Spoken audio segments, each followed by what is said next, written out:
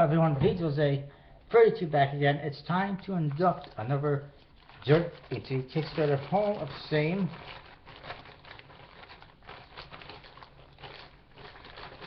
Let's find out who it is today. I've got only a few names left. I might have to try to find some more jerks. This is today's. It is. This is a good one. I can't recall if I did his buddy already. I think I did. Today's Jerk of the Week, a big one. Adam Clarkson, Circle City Cards. Well, he was somewhat with Circle City Cards.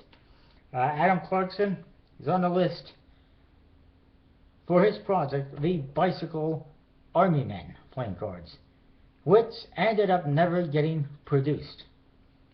First of all, this was not his first project on Kickstarter, as I mentioned. He had one previously called the Bicycle Revision 1, at which time there was already some issues. He was absolutely horrible with customer service and responding to messages and posting updates. And also, I do believe there are some people that did not get what they paid for. And all of that continued on into the Army Men deck, unfortunately. The Army Men Bicycle deck raised $16,200 out of a $10,000 goal, which is pretty good. Funded in October of 2012. That's over 2 years ago now. Everything seemed to be going pretty smoothly with the project. He had artwork done. It was inspired by the little Army Men action toys, the little green ones. And it was a good idea, and it looked pretty cool. A lot of people were looking forward to it. There was dog tags, and there was all sorts of Army-related stuff. Including a brick box, and it was just really good, really interesting project. Hasn't been replicated yet. But then he had legal issues because of the Army Men. They're saying that was a trademark issue. They couldn't print it. Then he somehow got the copyright issues taken care of sometime in the future, sometime after that. And this is all after the project was funded and it slowly went on.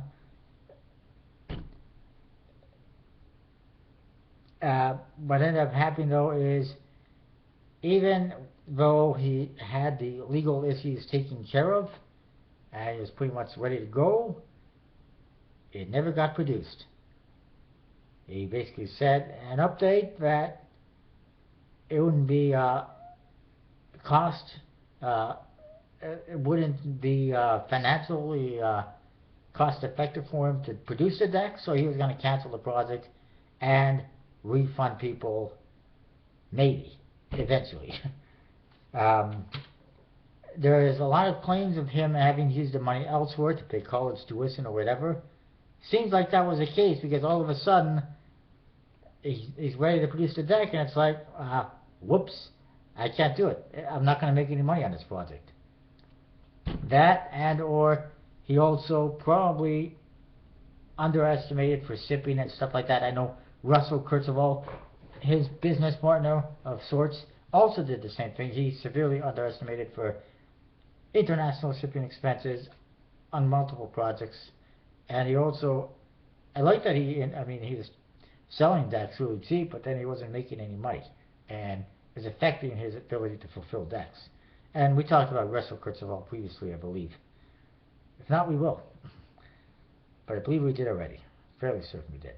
So that's not good. Using the money from a campaign for other stuff is not good. It's not allowed. It's not supposed to be happening. The copyright issues is one thing, but that should have been taken care of before the project even started. Or before, at least, it was funded. The last update he posted was May of 2013, saying that he was sending out a survey for refunds. Now, it's one thing to send out a survey on Kickstarter to get information from backers to fulfill a project. He sent out a survey for a different reason, to get information to send refunds. Wow. Never seen that before? Up until that time, I hadn't seen that before, and I still haven't seen it since. But basically, like I said, project was canceled because he had no money to produce it. which begs the question about refunds. How's he going to refund it when he doesn't have the money? Well, some people did get the refund. I never got a refund. I was promised a refund. I contacted him on multiple occasions. He said he was going to mail me a refund. Never happened. Either it got lost in the mail or it just never happened. Here's another issue. As far as the refunds are concerned, Adam wanted people to send people a self-addressed stamped envelope to get a refund, which is absolute bullshit, because people can send out an envelope to get the money back. First of all, you're going to have to pay postage twice, which is BS. I mean, we already paid for shipping of the project. How much expense would it cost to pay for a postage stamp to send a check to a person? The second problem is, okay, send him an envelope, self-addressed stamped envelope to send you back. How do we know he's ever going to send it back? And there was a lot of criticism regarding that. A lot of people were not happy about that. And finally he decided to listen to his backers and give people a refund via PayPal if they wanted. And some people did that. Myself and other international backers, we couldn't even do a self-addressed stamped envelope because you can't get U.S. postage stamp that I know of in Canada or in another country. So that would require a whole lot more effort, or getting postage online or something. I don't know. I don't know how I would do that, but I didn't do that because it was just ridiculous. And then, of course, I can't do PayPal, so I was screwed two ways.